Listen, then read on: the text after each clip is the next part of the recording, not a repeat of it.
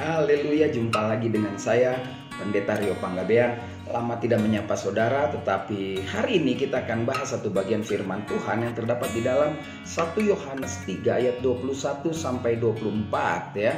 Kalau Lembaga Alkitab Indonesia memberi perikop ini, keyakinan di hadapan Bapa di surga. Demikian firman Tuhan, kita akan belajar dan kita akan lihat dengan secara sederhana bahwa kebenaran firman Tuhan ini sungguh-sungguh bisa menguatkan saudara dan saya ketika menyaksikan atau menikmati tayangan sederhana ini. Demikian firman Tuhan di dalam 1 Yohanes 3 ayat yang ke-21 dikatakan begini.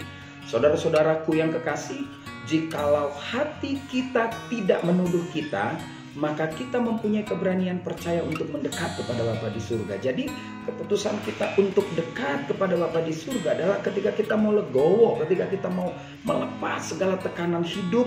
Dan ini yang menarik saudara, kenapa? Karena ketika kita merasa berani dan tidak lagi merasa ditekan oleh keadaan, oleh mungkin dosa masa lalu, kepahitan dan lain sebagainya, maka kita bisa menghampiri Bapa di surga yang begitu setia menunggu saudara dan saya. Seperti firman-Nya mengatakan, aku berdiri di depan pintu.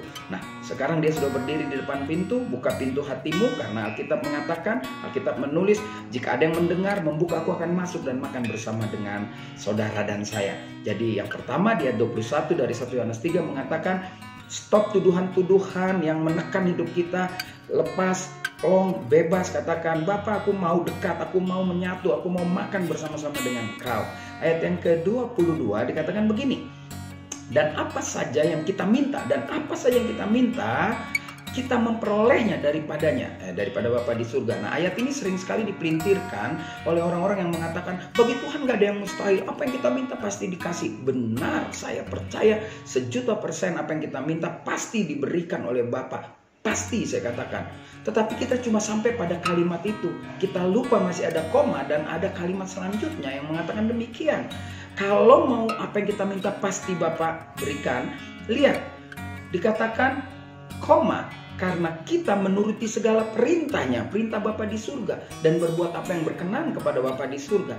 Jadi pasti semua diberikan jika saudara dan saya dikatakan hidupnya berkenan di hadapan Dia dan melakukan perintah-perintahnya. Jadi ini menjadi jawaban mengapa ada orang bilang, saya kan udah serius, saya berdoa, saya nangis bertahun-tahun, tapi kita nggak ngikuti perintahnya, sehingga hidup kita nggak berkenan. Nah, inilah yang sedang kita kerjakan, inilah yang sedang saudara dan saya lakukan, mengisi kemerdekaan yang Tuhan berikan, mengisi keselamatan yang sudah kita raih, untuk mau hidup, untuk mau melakukan apa yang Tuhan mau, sehingga hidup kita berkenan, sungguh-sungguh berkenan. Maka apapun yang kita minta Dia berikan. Dan saya percaya yang kita minta, ketika kita sudah hidup kudus, hidup serius sama Tuhan, kita nggak akan minta sesuatu yang hanya ingin memenuhi hasrat, keinginan, dan akhirnya membuat kita jatuh ke dalam dosa. Karena orang-orang yang sudah hidup dalam Tuhan, pasti yang dia minta itu adalah kebutuhan, yang bahkan ketika Tuhan memberikan lebih, kebutuhan itu akan jadi berkat bagi banyak orang. Mari kita lihat ayat selanjutnya, 23. Apa perintahnya? Nah, ini dikatakan, dan inilah perintahnya supaya kita percaya dalam nama Yesus Kristus, anaknya, ya kan? Dan supaya kita saling mengasihi sesuai dengan perintah yang diberikan Kristus kepada kita. Jadi, apa sih perintahnya? Gampang kok. Saudara dan saya harus saling mengasihi seperti yang diperintahkan Kristus. Perintahnya jelas di sini dikatakan supaya percaya bahwa Yesus Kristus adalah anaknya, Yesus Kristus adalah juru selamat satu-satunya manusia. Dan ketika kita menerima, tadi saya katakan kita sudah punya keselamatan, kita sudah punya pemeliharaan dari Tuhan. Tetapi ketika mau saudara coba-coba menggenapi apa yang kita minta, Tuhan pasti kasih. Saudara harus berkenan, saudara harus mengerjakan perintahnya. Dan perintahnya adalah saling mengasihi. Perenungan bagi saudara dan saya, apa kita harus sudah sungguh-sungguh mengasihi setiap sesama kita. Kita yang menjawab masing-masing. Ayat terakhir yang 24. Barang siapa menuruti segala perintahnya, huruf besar, segala perintah Bapa di surga atau perintah Kristus Yesus, ia diam di dalam Bapa dan Bapa di dalam dia. Ketika kita mengikuti dan terus berjalan dengan perintah Tuhan, kita sudah masuk dua arah. Kita diam di dalam Bapa, Bapa di dalam kita, ya kan? Ayat selanjutnya dan penutup ini ya. Dan demikianlah kita ketahui bahwa Bapa ada di dalam kita, yaitu Roh yang telah Ia karuniakan kepada kita. saudara dan saya ketika kita mengakui Kristus Yesus Tuhan, ketika kita mulai mengerjakan apa yang diperintahkan Kristus, maka dikatakan kita punya roh besar, yaitu roh Tuhan, roh Bapa di surga, dikaruniakan kepada saudara dan saya. Jadi mari kita permudah firman Tuhan ini dengan menafsir dengan cara yang sederhana. Saudara dan saya mulailah menjadi orang. Dari gambaran ayat 21 sampai 24, saya simpulkan sederhana sekali. Mulai membuka diri kepada Bapa di surga. Jangan lagi punya perasaan tertuduh. Ingat, yang pertama, buka diri.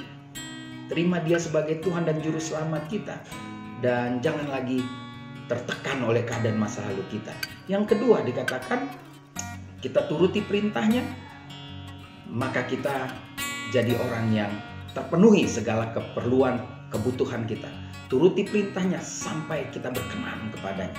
Maka yang ketiga, dikatakan lagi, saudara dan saya harus mengasihi karena percaya Kristus Yesus adalah Tuhan. Dan yang keempat dikatakan, kalau kita mau menuruti segala perintahnya, maka Bapa yang telah mencurahkan rohnya ke dalam hidup kita, kita diam di dalam Dia, Dia di dalam kita. Jadi mari lakukan. Ketika saudara dan saya menyaksikan tayangan ini, saya pun juga ditegur Tuhan untuk mulai menjadi orang yang lebih baik lagi, lebih baik dengan dasar kebenaran, agar orang melihat bahwa keselamatan yang sudah kita terima, keselamatan yang saudara dan saya terima, menjadi keselamatan yang sangat luar biasa, yang bisa dinikmati banyak orang.